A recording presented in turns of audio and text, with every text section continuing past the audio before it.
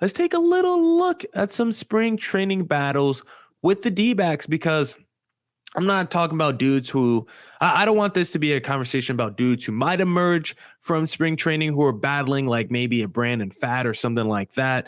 I want this mostly to be a conversation of dudes who played with the D-backs last year who are on the fringe of making the roster this year. Mostly want to keep it to guys who we've seen and guys who we've been accustomed to. And I just want to keep it to position players as well, because as we know, you're allowed to have 26 players on your roster, and you can have up to 13 pitchers as your max on your roster. So that means basically every team is going to have 13 pitchers and 13 position players. So there's going to be a few position players who played last year for the D-backs who don't make it this year, or newly acquired D-backs who don't make it this year. So I want to look at the players who were locked into one of those 13 position player spots, and then look at the bubble guys and decide who's in and who's off this D-backs roster. So let's first go through the absolute locks for this D-backs roster.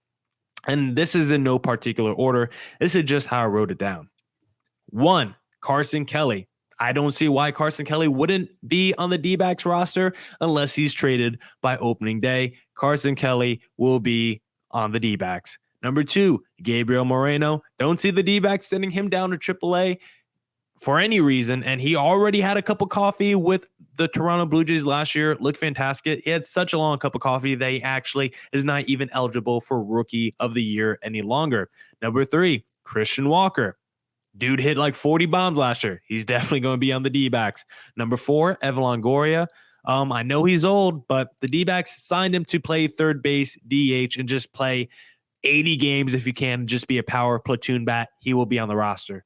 Number 5, Ketel Marte. Do I even need to elaborate? Number 6, Josh Rojas. Definitely Swiss Army knife. Second, third, outfield, DH, can do it all. Speedster now. Love Josh Rojas. He will be there. Number 7, Lourdes Gurriel, the other half of that Gabriel Moreno trade. A really good outfielder, maybe doesn't have a ton of upside in terms of power or speed, but just a solid contact hitter and just a solid player overall. Lourdes Gurriel will definitely be on the roster. Number 8, the favorite for Rookie of the Year, Corbin Carroll. There's no world where Corbin Carroll's not on this roster. Trust me, he has potential to be an all-star plus this year. Corbin Carroll will be there unless the D-backs want to tank this season. Number 9, Jake McCarthy had a solid breakout season last year, one of the fastest players in baseball, and was able to sustain his hotness basically since the second time he was called up by the D-backs over like a 3-month period. I'm really in on Jake McCarthy, one of the most underrated players in baseball. Very excited to see year 2 from him, I guess. Yeah, year 2, let's call it. Number 10, Nick Ahmed, coming off injury, of course.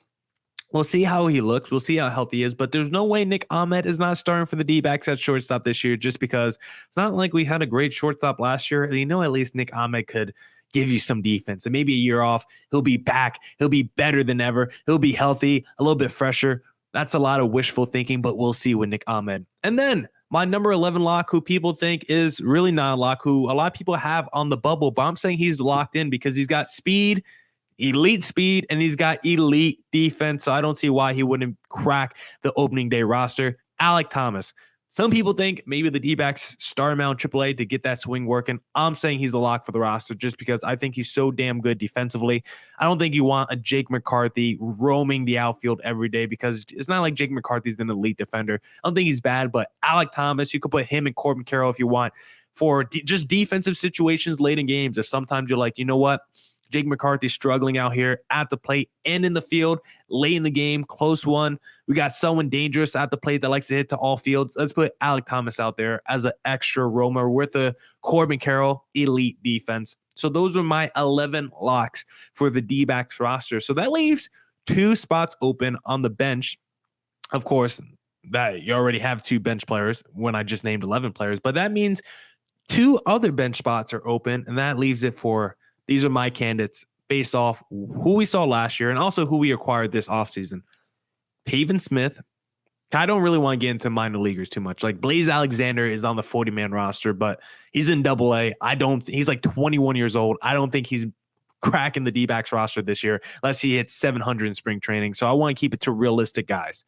Pavin Smith, Kyle Lewis, who we traded for from the Seattle Mariners, Geraldo Perdomo, Emmanuel Rivera, Diego Castillo, who we traded for from the Pittsburgh Pirates, Buddy Kendy, and Seth Beer. So that's 7 players for 2 spots. So let's just go through each of these players and see what the case by case is for each one. Because for Pavin Smith, I think it's the fact that he was a first round pick by the D-backs, that the fact that he spent multiple seasons already within the organization, knows it inside and out, knows what his, I think the problem is we don't know what his role would be. That's the biggest issue with Pavin Smith, because he's not a great first base defender. He can't play in the outfield. Do you just use him as a DH? It's not like he's elite against righties, solid contact hitter, but he's not giving you power or speed. So it's like, do you really want a Pavin Smith on your roster? That's a good question.